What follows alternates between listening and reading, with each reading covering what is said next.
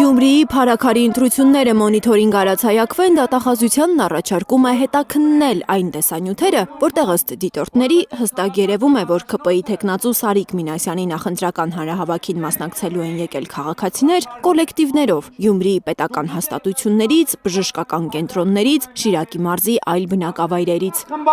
Մարդիկ, որոնք Գյումրիի ավագանու ընտրությունների հետ որևէ կապ չունեն։ Չալաբյանը հիշեցնում է քրեական օրենսգրքի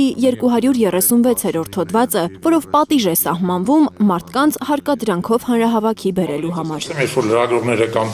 մեր դիտորդները մոտենում են իրանք խուսափում էին խոսելուց, հաճախ շրջվում էին, ընդհանրապես չէին ցանկանում ներկայանալ, ցույց էին տալի, որ ինչ-որ իմաստով իրանք այդտեղ են գտնվում, ոչ այդքան էլ իրենց կամքով։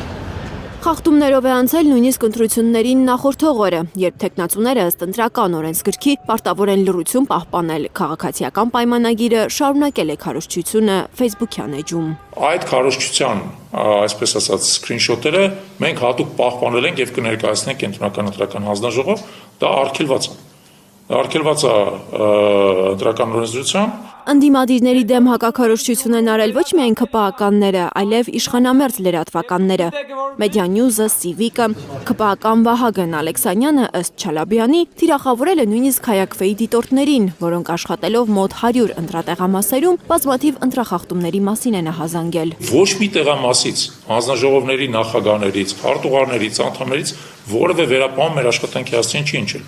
որ մենք օրինակ խախտել ենք դիտորդի պարտավորությունները, ունեցել ենք որևէ կողմնակալություն, փորձել ենք քաղաքացիներ ուղղորդել այս կամ այն ուղղությամբ, բացարձակ որևէ վերապահում մեր աշխատանքի վերաբերյալ չի եղել, սակայն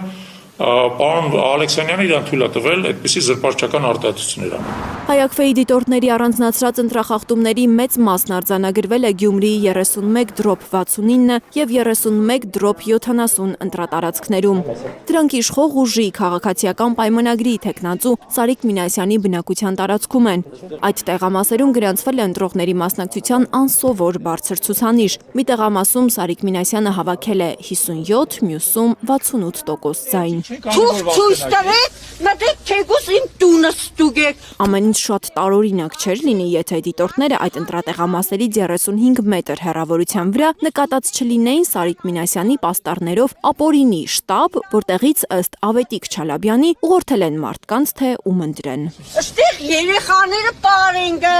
երեխկենգը, ուրախանան, մեր թաղի երեխաների համար է։ 50 տարեկան երեխաների ծնողներն են։ Կարող ենք ենթադրություն կատարել, որ այդ կոնկրետ երկու տեղամասերում քվեարկության արդյունքները հավաստի չեն։ Սահմանադրագետ Գոհար Մելոյանը տեխնիկական մի շարք խախտումներ է արձանագրել, հիմնականում քվեաթերթիկների հետ կապված։ Քաղաքացին մտնում է քվեախցիկ եւ բարձրաձայնում է, որ իր համար ցանկալի ուժի քվեաթերթիկը չի գտնում։ Այս պարագայում հանձնաժողովը մի փոքր խառնվեց չէր կողմնորոշվում, ես հորդորեցի